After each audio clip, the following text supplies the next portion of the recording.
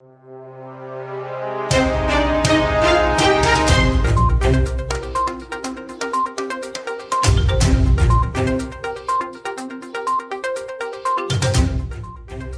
to One India News Hour. How will be the future of experiential marketing in the post-COVID-19 world? Something is better than nothing. That is what we are seeing. The virtual events are taking the center stage during this pandemic. Many are feeling that going forward, hybrid events are going to happen since digital events cannot be compared to physical events. Moreover, it is an opportunity for the technology companies to showcase their innovations. An expert says these are the innovative approaches to sell the products, solutions and services during the pandemic, which was a dream for many to do experiential marketing, and they have never felt that the opportunity to arrive so fast. Hence, many businesses are not sure they are ready to invest in the trend of experiential marketing as yet. While experiential marketing has been consistently hyped as the next big thing to showcase the digital experience, which has created a sustainable, flexible work model where one needs to thrive in a time of change, being innovated by the global tech companies.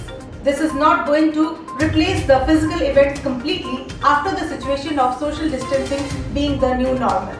Experiential marketing will continue to be a priority for building relationships and delivering on thought leaderships. But businesses are adapting fast to virtual conferences, and the savings are significant, that is costs, emissions, waste.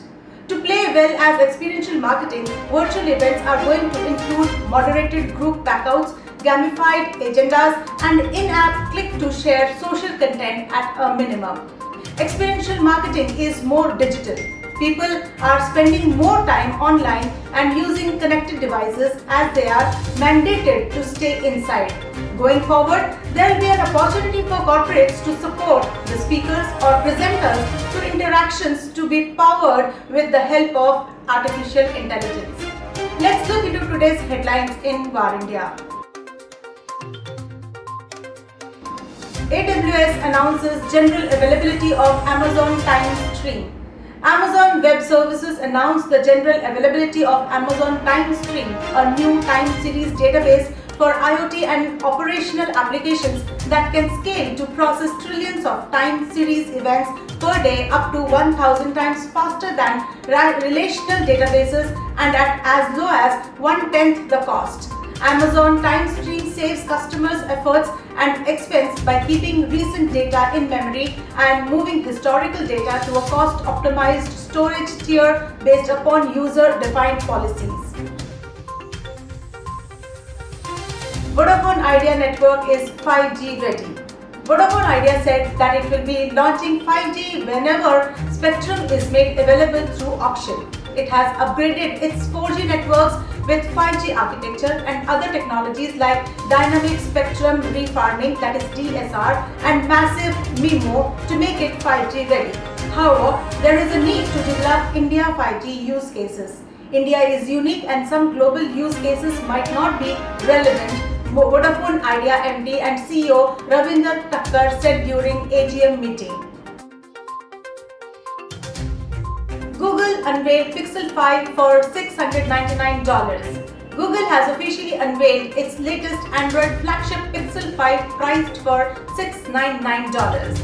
Google is focusing less on dramatic new technology like the much-hyped motion sense gestures on last year's model and is emphasizing instead the unique features that already help set the Pixel apart, like its standout camera software.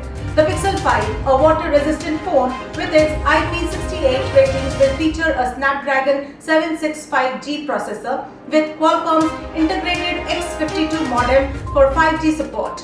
It is a break from the usual Pixel strategy. With this, Google will offer the new phone at a lower price. D-Wave commercializes its first 5,000 plus qubit quantum computer. A Canadian quantum computing firm, D-Wave, announced on commercializing its next-generation system Advantage built for businesses. The company's computer is already being used via its cloud by some corporations to build and run applications for their operations. D-Wave's new hybrid solver gives application developers the ability to switch from binary variables like 0 or 1 to a quadratic model like red, yellow and blue. Neutrality for devices, operating systems is a must, says TRAI chief.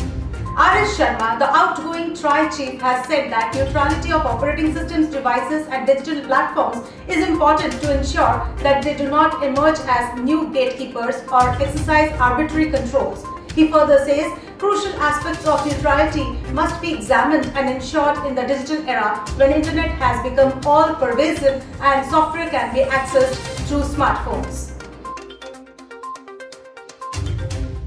SBI warns customers of lottery scam running via WhatsApp. SBI has warned customers about a scam being run by cybercriminals through WhatsApp, where they falsely inform SBI customers that they have won a lottery. The customers are then asked to contact fraudsters posing as SBI executives who try to extract their personal or account-specific information. SBI further said there is no lottery scheme or lucky customer gift offers going on. Big Basket in talks with Singapore's Temasek to raise $100 million. Big Basket is in talks with Singapore's sovereign wealth fund Temasek to raise up to $100 million in funding.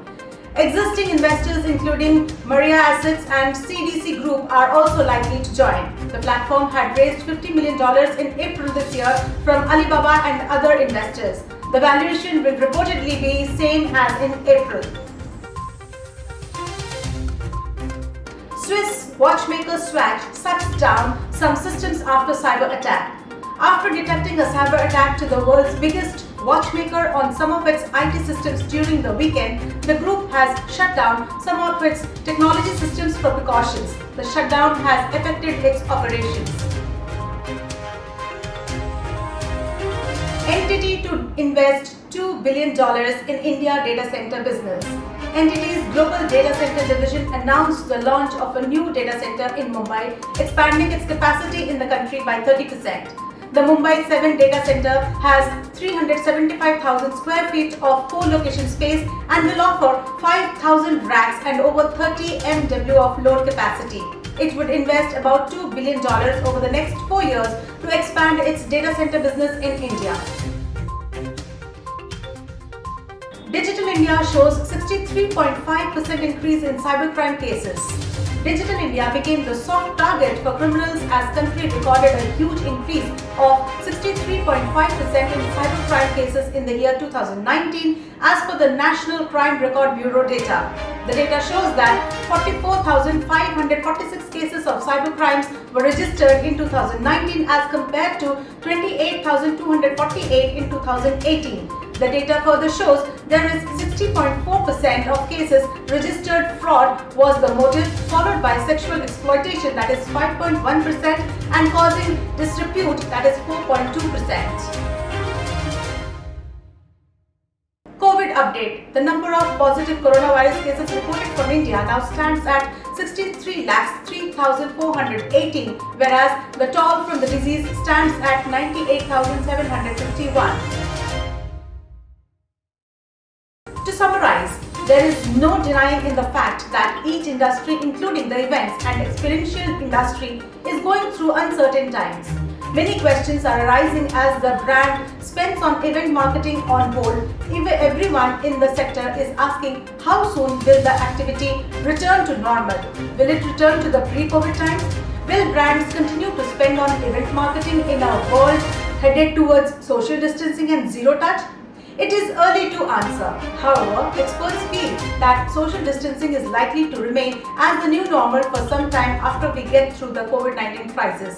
Experiential marketers will need to consider how to use new technologies with social spacing to connect with consumers in an engaging manner. Future of work is going to be hybrid, and the future will not be 100% remote. The future will have hybrid models of work and will definitely be more flexible.